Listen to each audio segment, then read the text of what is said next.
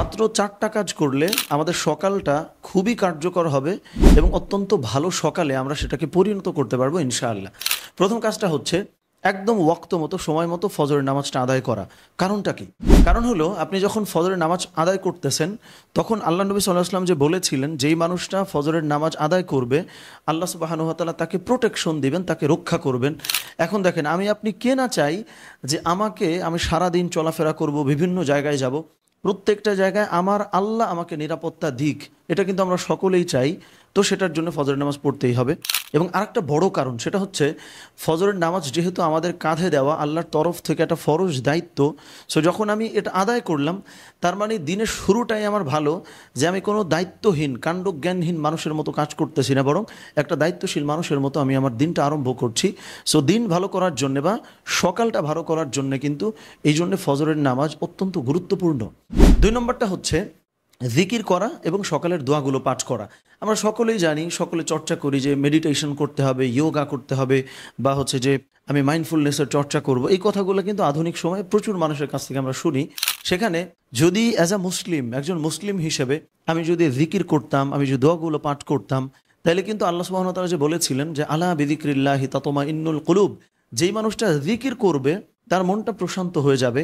এখন আমার দিনটা যখন শুরুই হবে জিকির আজগারের মধ্য দিয়ে, তার মানে আপনি চিন্তা করেন আপনার সব থেকে ক্লোজ, সব থেকে আপন সত্তা আল্লাহ সুবহানাহু ওয়া তাআলার সঙ্গে আপনার কানেকশন ভালো হইতেছে, দিনটা আপনি শুরুই করতেছেন তার সঙ্গে কথা বলে, যোগাযোগ করে।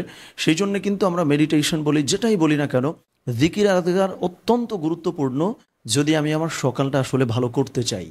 আচ্ছা, 3 নম্বর কাজটা বলার আগে আমি একটু বলে রাখি, আপনি যদি আমার সঙ্গে লাইভ ক্লাসে বসে প্রোডাক্টিভ লাইফ উইথ সালাত এই কোর্সটি করে নামাজের মাধ্যমে আপনার দুনিয়ার জীবনটাকে আরও সুন্দর, সমৃদ্ধ ও প্রোডাক্টিভ করতে চান, তাহলে এখনই আমাদের এই কোর্সটিতে আপনি রেজিস্ট্রেশন করে ফেলতে পারেন।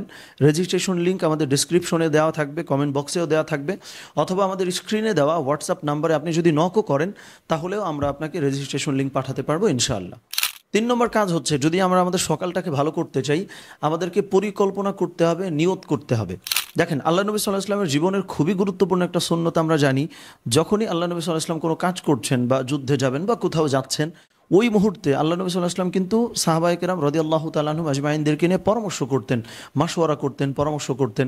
এর মানে কি? এর মানেটা হচ্ছে যে কোনো কাজ তিনি যখন আরম্ভ করতেন তিনি কিন্তু প্ল্যান করা ছাড়া কোনো কাজই আসলে করতেন না। সেখানে আমাদের জীবনের খুবই গুরুত্বপূর্ণ একটা অংশ প্রতিটা দিন, সেই দিনটা আমি শুরু করতেছি কিন্তু কোনো প্ল্যান করতেছি না, পরিকল্পনা করতেছি না, আমি কোনো নিয়ত করছি না, তাহলে কিন্তু এই সুন্নত থেকে আমি আসলে বঞ্চিত আছি। এটা করলেও আমাদের দিনটা কিন্তু ভালো যাবে না যদি আমরা প্ল্যান না করি। সুতরাং ভোর ভালো করার জন্যে অত্যন্ত গুরুত্বপূর্ণ আর একটা কাজ হচ্ছে আমাদেরকে প্ল্যান করতে হবে, পরিকল্পনা করতে হবে, নিয়ত ভালো রাখতে হবে ইনশাআল্লাহ।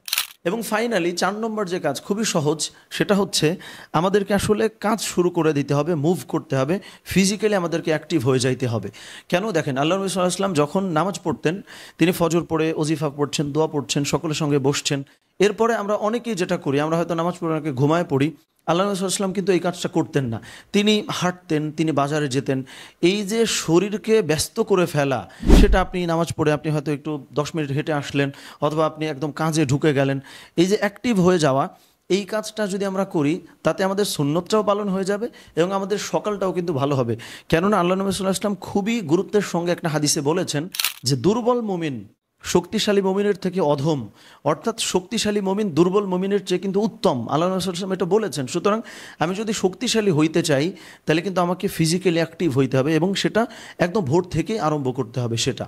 সুতরাং আজকের ভিডিওতে যে আমরা খুবই সহজ 4টা কাজের কথা বললাম, একটা হচ্ছে যে আমাদেরকে ফজর পড়ে দিনটা আরম্ভ করতে হবে, 2 নম্বরটা হচ্ছে আমাদেরকে জিকির করতে হবে, দোয়া পড়তে হবে, 3 নম্বরটা হচ্ছে আমাদেরকে খুব প্ল্যান করে দিনটা আরম্ভ করতে হবে, এবং ফাইনালি যে সমস্ত কিছু করার পরে আমাদেরকে ফিজিক্যালি অ্যাক্টিভ হয়ে যাইতে হবে, হাঁটাহাঁটি করা বা যে কোনো কাজে ঢুকে যেতে হবে।